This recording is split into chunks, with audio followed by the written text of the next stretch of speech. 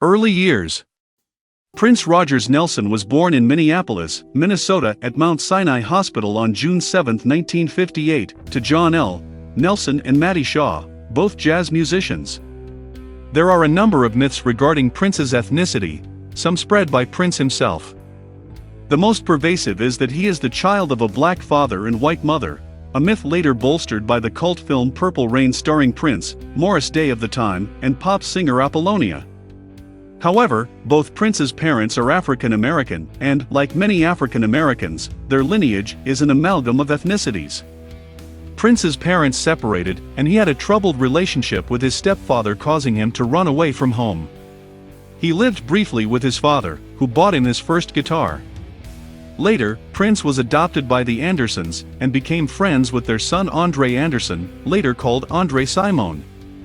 Prince and Anderson joined Anderson's cousin Charles Smith in a band called Grand Central formed in junior high school. By the time Prince had entered high school, Grand Central evolved into Champaign and started playing original music, already drawing on a range of influences including Sun Ra, Sly Stone, James Brown, Jimi Hendrix, Carlos Santana, and Joni Mitchell. Prince became a central figure of Uptown, a 1970s underground funk scene in Minneapolis which also included Flight Time, Jelly Bean Johnson, Terry Lewis, and Alexander O'Neal. In 1976, he started working on a demo with producer Chris Moon in a Minneapolis studio. He also had the patronage of Owen Husney, who Moon introduced him to, allowing him to produce an excellent quality demo. Husney started contacting major labels and ran a clever campaign promoting Prince as a star of the future, resulting in a bidding war eventually won by Warner Brothers, who offered him a long-term contract. Early career 1977 to 83. In 1977, with the professional assistance of his cousin's husband, Pepe Willie, Prince recorded his first album entitled Minneapolis Genius. The local band that Prince played with on the album was listed as 94 East. For reasons which have never been disclosed by Prince, he never acknowledges the existence of this album. Even the Rock V Roll Hall of Fame lists his first album as For You, which was recorded in 1978. This album had no band on it. Prince supposedly played all 26 instruments on the album himself.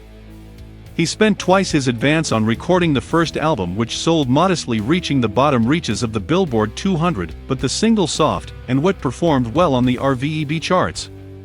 By 1979, Prince had recruited his first backing band with Simone on bass, Gail Chapman and Matt Fink on keyboards, Bobby Z on drums, and Des Dickerson on guitar. This lineup recruited a self-titled album which made the top 40 of the US album charts, and contained two RVEB hits in Why You Wanna Treat Me So Bad and I Wanna Be Your Lover. Ambitious, talented and hardworking, if sometimes overstretched, Prince tried to bring modern ideas and attitudes into pop music. He first attracted attention with his spacey, soulful sound topped with screaming guitar, not to mention the colorful clothes he put on his 5 feet 2 inch frame. In his early years, he liked to dress in a suspender belt and lacy women's lingerie. In 1980, Prince released the Dirty Mind album, which established him as a critical favorite. Lisa Coleman replaced Chapman in the band, with Andre Simone also leaving the band for a solo career. Dirty Mind also was notable for its sexually explicit material such as the song Head. Tipper Gore would form the Parents Music Resource Center in 1984 after hearing the sexually explicit Darling Nikki from the Purple Rain record. This would eventually result in parental advisory stickers on record covers. Prince supported Rick James in a 1980 tour with the label Punk Funk being applied to both artists, although it didn't sit comfortably with Prince, who did not consider that there was a significant punk influence in his music. He released the album Controversy along the lines of Dirty Mind, with the single from the album making international charts for the first time. Prince also produced the debut album For the Time, containing former members of Flight Time, including frontman Morris Day. They would be the first of the protégés who Prince would assist in the next decade, including Vanity, Apollonia, and Sheila E. He would also write hits for artists such as Sheena Easton and the Bangles, and his songs would be covered in hit versions by artists as diverse as Chaka Khan, Tom Jones with The Art of Noise, and Sinead O'Connor. Chart success 1983 to 1993. Prince was backed in the 80s by The Revolution, and in the 90s by the New Power Generation. He has gained attention for hiring and recording with women considered attractive or sexy, including Sheena Easton amongst others. He also worked on different occasions with famous jazz and funk musicians, such as Miles Davis, Larry Graham, and Maceo Parker. Prince has also recorded with Ani DiFranco, Madonna, and Gwen Stefani. In 1983, Prince released the 1999 album, which proved to be a breakthrough album both in the US and internationally, selling over 3 million copies. The title track managed both to make a protest about nuclear proliferation, fill dance floors around the world, and become his first top 10 hit internationally. With Little Red Corvette, he joined Michael Jackson as part of the first wave of black artists on MTV, and Delirious also went top 10 on the Billboard Hot 100. The album was also a critical smash, rated as a career highlight, with the All Music Guide rating it as 5 stars out of 5. The release of Purple Rain along with the film of the same name would establish Prince amongst the top rank of popular musicians in the 1980s. It would sell over 13 million copies in the US alone, and spend 24 weeks at the top of the Billboard 200. When Doves Cry and Let's Go Crazy would both top the US singles charts, and be smash hits around the world, while the title track would go to number 2 on the Billboard Hot 100. The album is also a critical favorite, again being rated in the top 100 of Rolling Stone's 500 greatest albums of all time, released in late 2003. When she overheard her 12-year-old daughter, Karenna, playing Darling Nikki, Tipper Gore founded Parents Music Resource Center.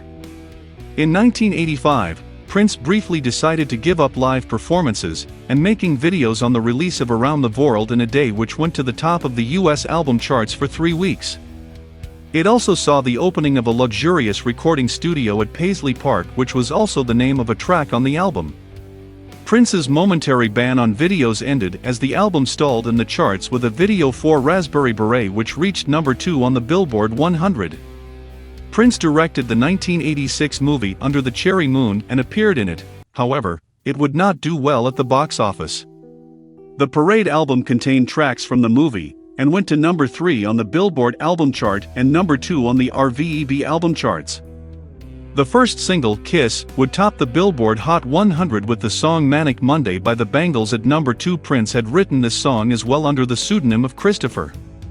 Prince decided that his ban on touring was a mistake, and went back on the road for the Parade tour. Prince is allied with the tradition of Marvin Gaye and Sam Cooke in mixing spirituality and sensuality. I Would Die For You, for instance, which can be compared to Gaye's Sexual Healing, with its not-so-subtle reference to Jesus. The track The Cross, off Sign O' the Times, is a stronger reference to Prince's Christian beliefs. Sign O' the Times, released in 1987 as a double album, reached the top 10 of the Billboard 200 and is regarded as one of his greatest albums, reaching the top 100 of the Rolling Stones' top 500 albums. In 1987, a movie was shot of the Sign O' the Times tour in Rotterdam and Antwerp. In 1987, Prince recorded the Black Album, a funk-oriented album whose erotically charged lyrics were considered so blatant, Prince decided not to officially release it. The album circulated through the bootleg underground music world, until it was finally given an official release in 1994. While the Black Album was ascribed to Prince's bad side, described at the time as spooky electric, the 1988 album Lovesexy was ascribed to Camille, or his good side. Lovesexy was a relative disappointment in its chart performance, only reaching number 11 on the Billboard 200. However, Prince would record the soundtrack for Batman, which would return him to the top of the US album charts, and the single Bat Dance would reach the top of the Billboard Hot 100 and be a worldwide hit. Prince released the film sequel to Purple Rain, titled Graffiti Bridge, which performed poorly at the box office.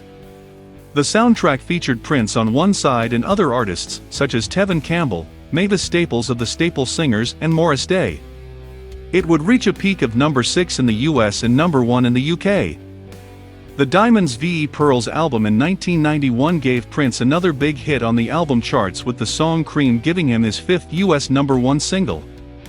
Diamonds V.E. Pearls also marked the debut of the new power generation, featuring rapper Tony M, Rosie Gaines on vocals, Michael Bland on drums, Levi Caesar and Kirk Johnson on guitar, Sonny T on bass, and Tommy Barbarella on keyboards. Prince's 12th album bore an indecipherable symbol, and was called the Love Symbol album. It reached the top 10 of the US album charts. In 1993, he would change his name to the symbol, See Below, which marked the start of a decade of declining commercial and critical success. Prince is regarded as one of top live acts in the music business, often performing not only in large arenas, but also late at night in small clubs for a selected audience. He maintained a strong live following despite spending most of the 1990s and early 2000s in commercial exile. Chaos and Disorder, 1994 to 2003. Prince released a greatest hits package in 1993 which failed to do as well as one would suspect from an artist with his track record. In order to meet his contractual obligations with Warner Brothers, Prince released the Black Album in 1994. The track The Most Beautiful Girl in the World was released independently via his own NPG Records, and was very successful. This was not to be a forerunner of what was to come. Warner Brothers released the Come album, which was moderately successful, going gold. Due to his ongoing dispute with Warner Brothers, Prince was refusing to release his album The Gold Experience in 1995. When eventually released, it failed to sell well, although it reached the top 10 of the Billboard 200 initially. The Chaos VE Disorder album of 1996 was his final for Warner Brothers, and one of his least successful. He released the 3-disc Emancipation album in 1996 via NPG Records with distribution through EMI. It failed to do as well as he had hoped, with many people thinking it lacked focus. Prince released The Crystal Ball, a 4-CD collection of unreleased material, in 1998. The distribution of this album was shambolic, with some fans who pre-ordered the album on his website not receiving the album for months after the record had gone on sale in the stores. The new Power Soul album, released 3 months later, failed to make much an impression on the charts as many fans failed to realize it was out. His 1999 album Rave Unto the Joy Fantastic, released through Arista Records, also failed to make much of a commercial impression, as did a release of Warner Brothers Outtakes. The greatest success he had during the year was with the single 1999, which was re-released for the new millennium. For the next 3 years, Prince primarily released new music through his internet subscription service, npgmusicclub.com. He also released 2 smooth jazz-influenced albums, The Rainbow Children in 2001 and The All-Instrumental News in 2003. 2004 Comeback. In 2003, Prince's lawyer, Londell Macmillan, confirmed his client had become one of Jehovah's Witnesses, and that the star was very committed to them.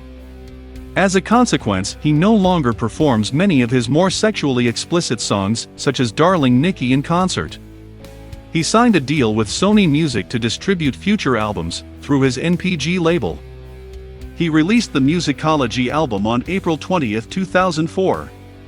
It was his best-received album critically since Diamonds v. Pearls, and reached the top 5 of the Billboard album charts upon release.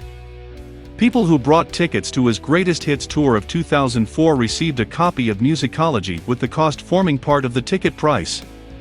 Prince and Sony negotiated to have each copy given out at concerts count towards his sales totals for the album charts, thus ensuring a long stay in the top 40, while the Musicology tour continues throughout the year. Since that deal, Billboard and others revised the policy such that artists must give ticket buyers the option of foregoing the album for a discounted ticket price, in order for the album sales to count on the charts. Prince's deal was grandfathered in. On March 15, 2004, Prince was inducted into the Rock and Roll Hall of Fame.